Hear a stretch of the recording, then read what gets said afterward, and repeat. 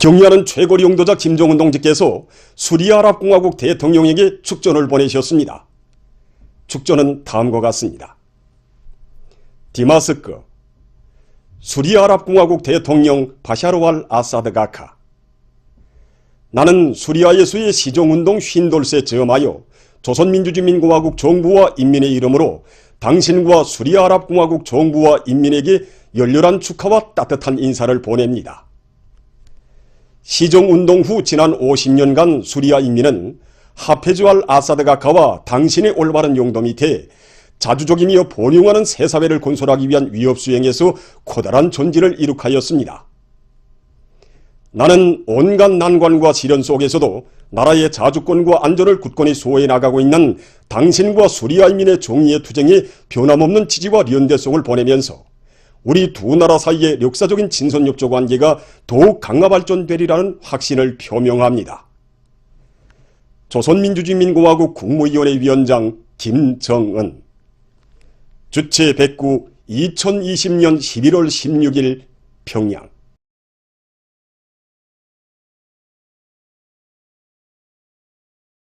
평양시 양호관리국 대동강 양호 및 종어생산공급소의 일꾼들과 종업원들이 인민생활 향상을 위해 끝없는 현지 지도의 길을 이어가시는 경리하는 최고리 용도자 김정은 동지의 헌신과 로고를 가슴 깊이 새겨안고 있습니다.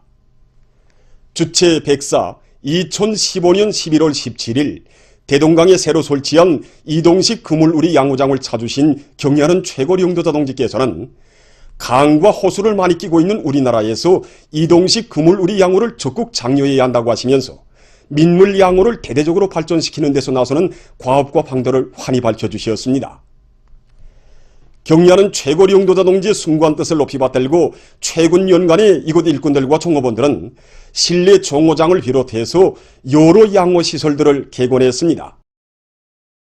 그날 경희안 의원님께서 우리 양호장에 오셔서 제일 강조하신 문제가 인민들이 실제 덕을 벌 수 있게 해야 한다는 그것이었습니다. 그래서 무슨 일을 하나 해도 인민들에게 행복을 가져다주는 일로 되게 해야 한다는 우리 원수님의 숭고한 뜻을 받들고 우리 양호장에서만도 지난 5년간 수십 톤의 물고기를 생산했습니다. 우리 양호장이 민물양호에서 앞장서자고 모두가 요리들이 넣습니다. 조선노동당 제8차 대회를 높은 정치적 열의와 빛나는 노력적 성과로 맞이하자. 결사의 정신으로 당 정책 관철에 떨쳐나서자.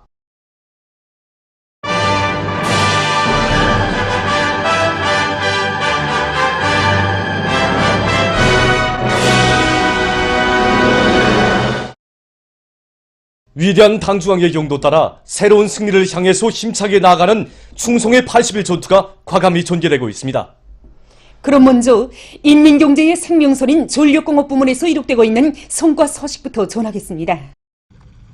안변 청년 2호 발전소의 전력 생산자들이 년간 전력 생산 계획과 높이 세운 80일 전투 계획을 앞당겨 완수한 기세로 계속 성과를 확대해 나가고 있습니다.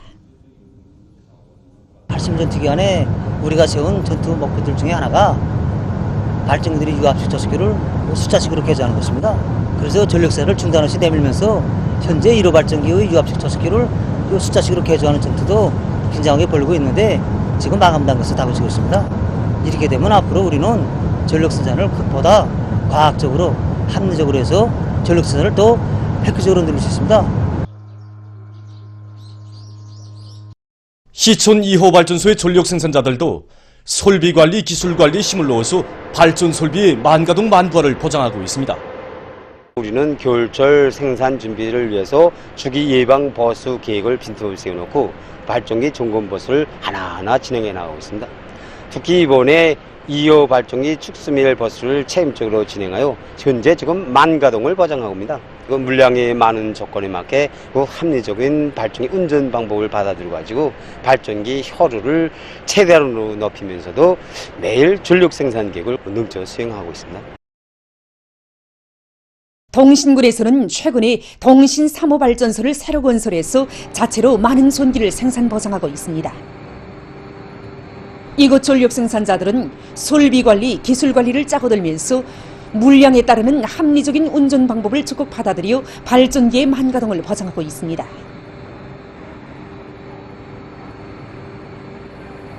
다음은 천리마 제강윤합기업소 보산제철소의 80일 전투 소식입니다.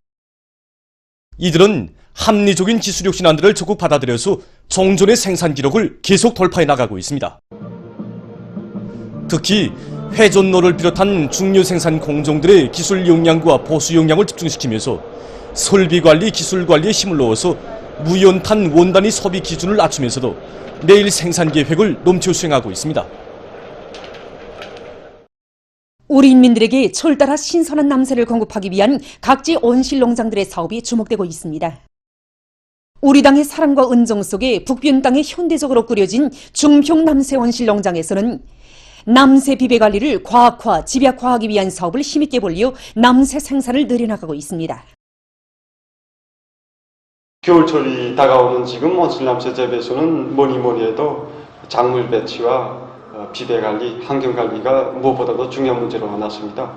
우리 농장에서는 이에 맞게 낮은 온도와 빛 조건에서도 잘 자라는 품종들을 배치하고 그에 대한 비배관리를 과학기술적으로 진행하기 위한 사업에 힘을 놓고 있습니다.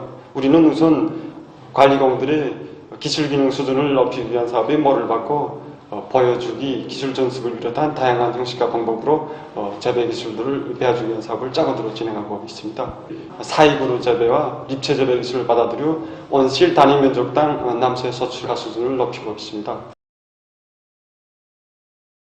신이 주신 남새 온실 농장의 일꾼들과 종업원들도 온실 남새 비배 관리를 잘하고 있습니다.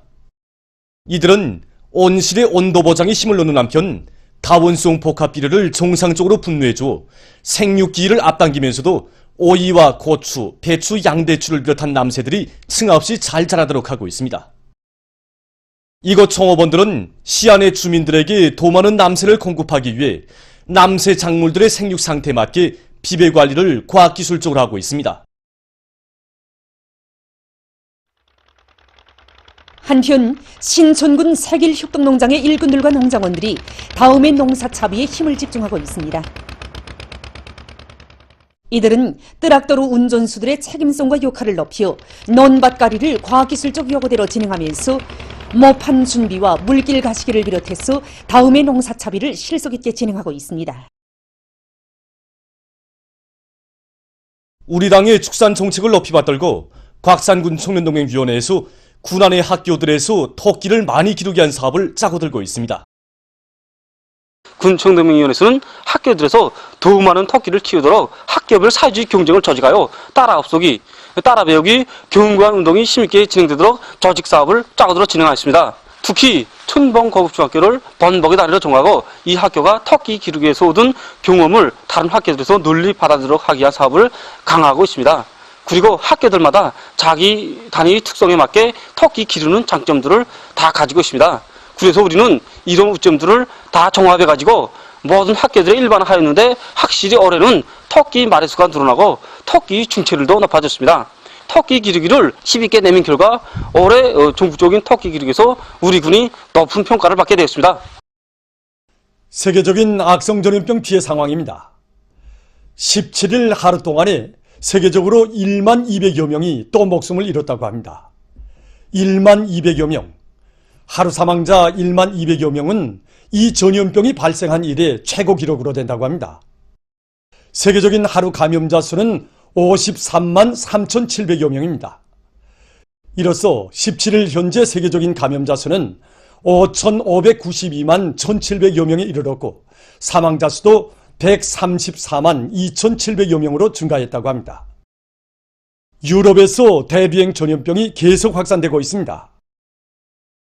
유럽에서는 지난 9월 한 달 동안 144만여 명의 감염자가 발생했는데 2차 파동이 휩쓸면서 10월에는 한 달 동안에 무려 492만여 명, 11월에는 불과 17일 만에 448만여 명의 감염자가 등록됐다고 합니다.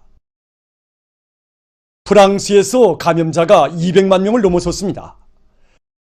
17일 현재 이 나라에서 총 감염자 수는 203만 6,755명, 사망자 수는 4만 6,273명에 이르렀다고 합니다. 영국에서는 이날 하루 동안 598명의 사망자가 발생해서 지난 5월 6일 이래 최고 기록이라고 합니다. 17일 현재 이 나라에서는 141만 732명이 비루스에 감염되고 5만 2,745명이 목숨을 잃었다고 합니다. 영국 보건당국은 주민들에게 계속 각성해서 악성 전염병 전파를 억제하기 위한 제한 규정들을 준수해야 한다고 강조했다고 합니다. 지금 일부 전문가들 속에서는 악성 전염병 전파가 가속화되고 있는 원인 중에 하나를 많은 나라들에서 무증상 감염자가 급증하는 데 있다고 보고 있습니다. 그럼 무증상 감염자가 왜서 위험한지 그에 대해서 보기로 하겠습니다. 최근에 발표된 자료에 의하면 일부 무증상 감염자들이 내보내는 비루스의 양은 감염 확진자가 내보내는 비루스의 양과 같다고 합니다. 그러나 무증상 감염자인 경우 비루스 전파는 은닉성을 가지고 있습니다. 말하자면 무증상 감염자는 뚜렷한 증상이 나타나지 않는 것으로 해서 발견하기가 힘들고 또 그로해서 무증상 감염자들에 의한 비루스 전파도 예방하기가 매우 어렵다고 합니다. 무증상 감염자는 증상이 없거나 또는 경하게 나타나기 때문에 자기 인체 내에 신형 코로나 비루스가 없는 것으로 여기고 자각적으로 의료기관에 가지 않기 때문에 발견하기가 더욱 힘들다고 합니다. 특히 무증상 감염자의 전염 기일과 전염 정도, 전파 방식이 아직도 미확정적이기 때문에 그 위험성은 더욱 높으며 일각에서는 무증상 감염자가 새로운 전염 원천으로 되고 있다는 불안과 우려의 목소리도 울려나오고 있습니다. 지금 무증상 감염자들이 계속 늘어나고 있는 상황을 놓고 전문가들은 매 개인들이 필요한 방역 대책을 더욱 강하게 세워야 한다고 주장하고 있습니다. 다음 소식입니다. 튀르키예의 이스탄불시에 있는 한 사원에서 화재가 발생했습니다. 보스포르 해협에 위치한 이 사원은 17세기에 세워진 목조 건물이라고 합니다. 화재 원인은 조사 중에 있다고 합니다. 이탈리아 남부의 스트롬볼리 섬에서 16일 화산이 분출했습니다. 매우 강렬한 화산 폭발이 4분 동안 지속되면서 분화구에서 화산재가 뿜어져 오르고 용암이 흘러나왔다고 합니다.